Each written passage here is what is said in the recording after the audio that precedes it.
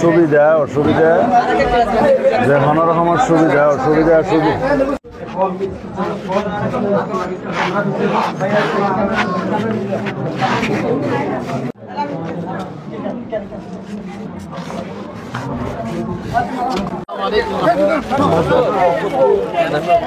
চেহারা তো দানা দাঁড়ান আমাকে দেখতে গিয়েছিল শিলংয়ে এবং ফিরে আসার 2-3 সপ্তাহের মধ্যেই ওয়াসিম শহীদ হয়েছে।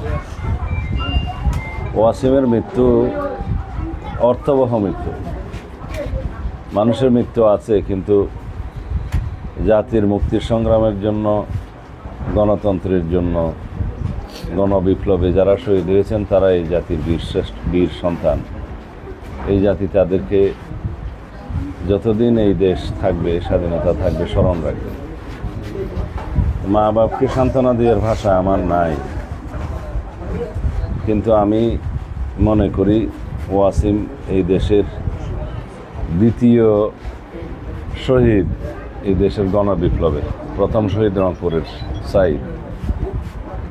সুতরাং ওয়াসিমের পিতা মাতার গর্ববোধ করা উচিত যে তাদের রক্তদানের মধ্য দিয়ে এই দেশ নতুনভাবে স্বাধীনতা পেয়েছে, নতুনভাবে আমরা এই দেশের বিজয় দিবস পেয়েছি। সুতরাং আমরা সবাই এক একজন ওয়াসিমের সেই চেতনাকে ধারণ করে বাংলাদেশের প্রকৃত গণতান্ত্রিক মর্যাদা ফিরিয়ে আনবো ইনশাআল্লাহ, এবং বাংলাদেশের স্বাধীনতা, সার্বভৌমত্ব, গণতন্ত্রকে আমরা সুসংহত রাখবার চেষ্টা করব।